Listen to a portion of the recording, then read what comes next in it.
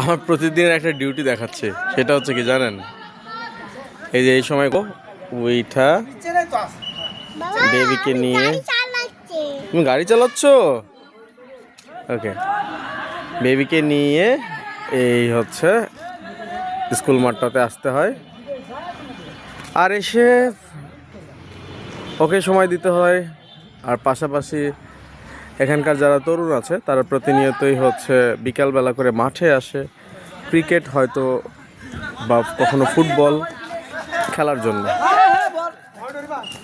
তো আজকে সম্ভবত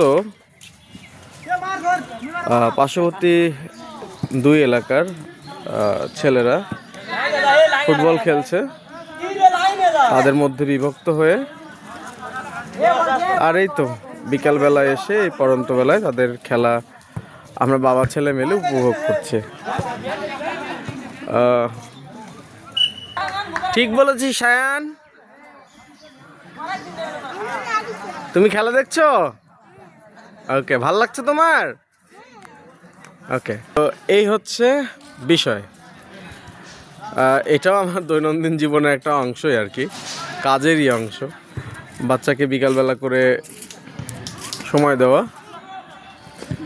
মাঠে আসা, খেলা দেখা, ওকে নিয়ে ঘোরাঘুরি, এই তো এভাবেই জীবন চলে যাচ্ছে।